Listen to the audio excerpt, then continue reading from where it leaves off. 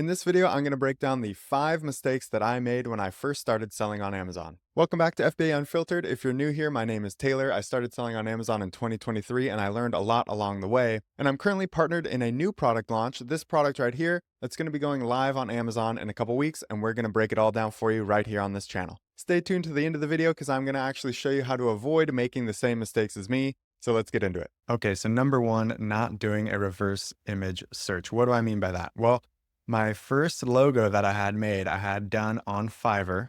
Nothing against Fiverr or any of the freelancers there. This was my own mistake for not doing my due diligence. But essentially, there are scammers out there who will just pull logos from other businesses and try to sell them to you as their unique design. So that actually happened to me. I had a logo all made. I paid the freelancer. I went to get that logo applied to my product, and oops, it turns out that logo was a direct copy of a different business's logo. They had it trademarked, so I couldn't use it. I went back to complain to the freelancer. He was gone. And so that was a stupid mistake on my part that I think you can easily avoid, and I'll show you exactly how at the end of the video. Mistake number 2 was not checking for patents. This is similar to the first one, just a simple mistake. I didn't do my due diligence.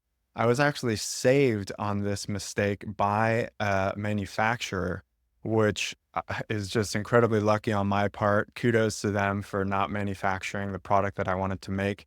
They actually told me that the product that I was about to mass produce had a patent in the United States. And I couldn't believe it. I went and double checked, and sure enough, the item had been patented in the last year, which I thought was dubious, but hey, a patent's a patent. I wasn't going to mess with it. And I was just really thankful that that manufacturer told me before I produced, thousands of units of a product that I wouldn't be able to sell in the United States. At the end of this video, I'll also show you how to double check on a patent to make sure you don't make that same mistake. Mistake number 3 was just scaling too fast. Now, I know it's exciting. You want to grow your business. Once you start making money and you have cash flow coming in, you're just like, wow, the sky's the limit. Let's go. And you know what? I think that's the right mindset. I do think that's true. There's so much opportunity on Amazon, but I do wish that I had scaled a bit more conservatively.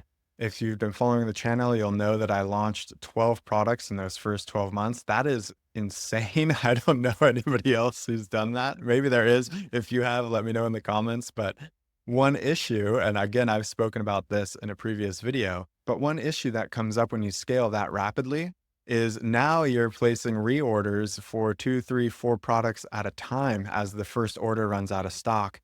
And it's just a real cash flow crunch. It's hard to have that amount of money on hand to continually be restocking from your first product order for your second and third orders. So that definitely got me into some trouble. I had listings out of stock for longer than really they should have been. I wish I had done this all with a little more forethought, with a little more patience, and just launched each product more methodically. I could have put more time and effort into each product launch and really done a better job with each launch than I probably did.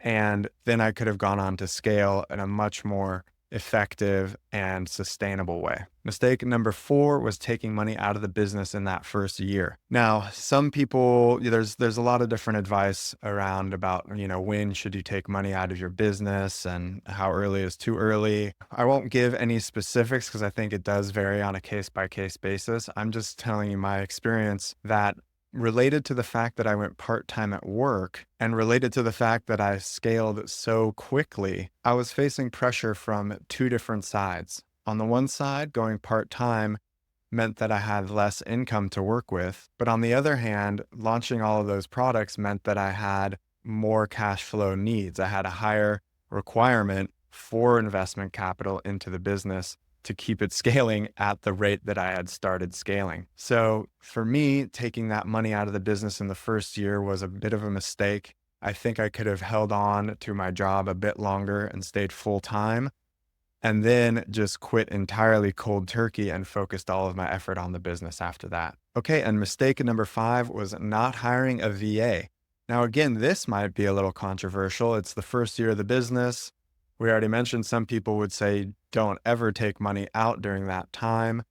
And you'll hear similar things associated with hiring your team or beginning to build your team, which is that essentially you need to be the expert on everything before you can reasonably bring someone else on, because you're going to have to train them. And so if you don't know what you're doing, it's going to be very hard to train them.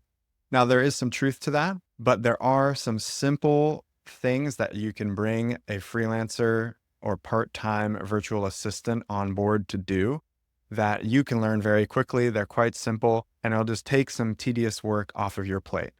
And so for me, that was first and foremost customer service, and specifically customer messages or buyer messages.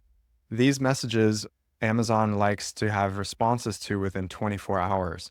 So you're constantly, feeling pressure to respond to these messages. And it's quite easy to train a virtual assistant to monitor that and to just send pretty much a template reply that buys you time to really investigate the issue further. And if you want to be the one who offers a custom solution to that customer and goes further into it, that's great. I still do that.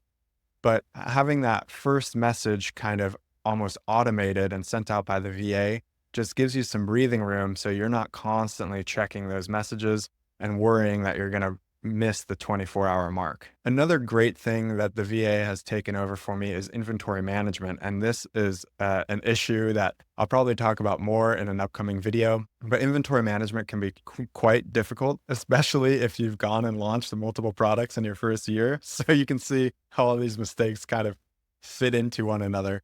But keeping track of my inventory was quite a challenge. There are tools on the Seller Central account on Amazon that you can use. I just found that they weren't very intuitive. It took quite a bit of work for me to set up the kind of alerts that I wanted to be notified of, in terms of low inventory status. And bringing on the VA and just showing them how to do that, or having them just build a simple spreadsheet and track that every week, just took a lot of tedious, busy work off of my plate and allowed me to keep that bird's eye view on my inventory so I could place my reorders in a timely fashion. Okay, so that was a quick run through of the 5 mistakes I made in my first year of selling. Now let me show you step by step how to actually avoid making some of these same mistakes. Okay, so going back to mistake number 1, here's how you can avoid making that same mistake. It's very simple. Just go on Google, type in reverse image search.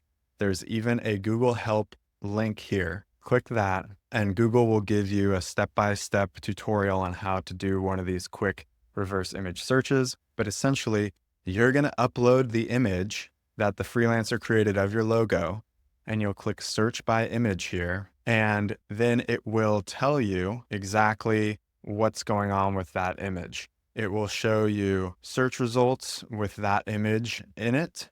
It will show you websites with that image or any image that's very similar. And that's just a quick and easy way that you can double check and make sure your freelancer isn't ripping you off on your logo design. All right, and in a similar fashion, we can look at mistake number 2, which was not double checking the status of a potential patent on the product that you want to launch.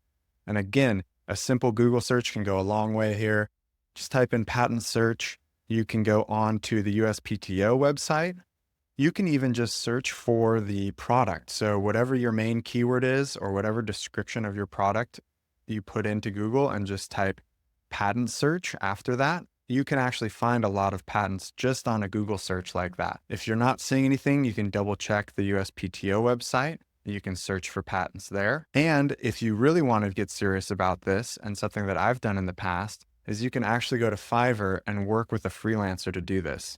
You can just search for patent check, and you can see there are multiple people here who will do patent research in whatever market you're thinking about selling your product. And you can see it's very cost effective. Some of these start as low as $5 or $10. So if you don't want to do the busy work, you want someone to look into it on your behalf, that's an option you can use as well. All right, and jumping all the way to mistake number 5, not hiring a VA. So here is what I did to hire my VA. It was very simple. I went on Upwork, and I just searched for an Amazon virtual assistant, and you can see there are multiple freelancers doing this. And again, this can be very cost effective. We have people here from less than $10 an hour, $15 an hour, up to around $30 an hour. And You can find people in the US, you can find people overseas, whatever your budget and whatever level of comfort you require for your VA, you can find that person on Upwork, and it can be very, very effective for freeing up your time to do higher leverage activities on your business instead of being bogged down in the kind of day-to-day minutia that really just sucks your energy and doesn't allow you to look at the big picture and growth of your business. All right, that's it for this video. I hope it was helpful. If it was, please leave a like. If you have any questions, please leave a comment. And of course, don't forget to subscribe if you want to watch the behind the scenes breakdown of this new product going live on Amazon. As always, thank you very much for watching, and we'll see you in the next video.